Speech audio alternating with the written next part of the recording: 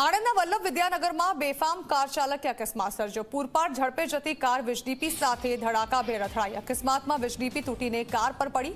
અકસ્માતના કારણે કાર અને વીજડીપીને મોટું નુકસાન થયું છે। અકસ્માતમાં કાર ચાલકનો આબાદ બચાવ થયો છે। વલ્લભ વિદ્યાનગર પોલીસે ઘટનાસ્થળે જઈને તપાસ શરૂ કરી છે।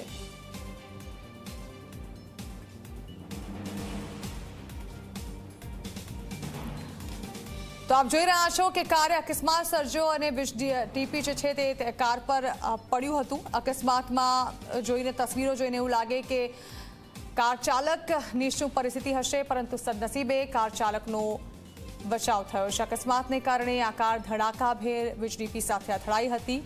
વલ્લભ વિદ્યાનગરના આ દ્રશ્યો છે જ્યાં પૂરપાટ ઝડપે જતી કાર વીજડીપી સાથે ધડાકાભેર અથડાઈ અને આ અકસ્માત સર્જાયો।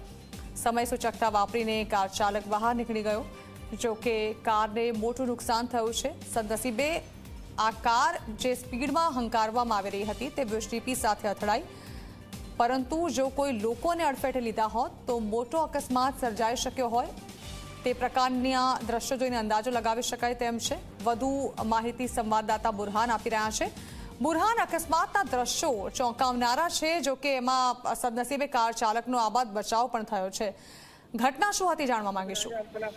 જી ચોક્કસ, જો વાત કરવામાં આવે તો વલ્લભ વિદ્યાનગર રેલવે ફાટક નજીક આજે વહેલી સવારે 5 વાગ્યાના સુમારે પૂરપાટ ઝડપે જતી કારના ચાલકે કાબુ ગુમાવ્યો હતો અને કાર સીધી વીજડીપીની અંદર ઘૂસી ગઈ હતી, જેના કારણે વીજડીપી પણ આખી તૂટીને કારની ઉપર પડી હતી અને જો કે સદભાગ્યે કાર ચાલકનો બચાવ થયો હતો।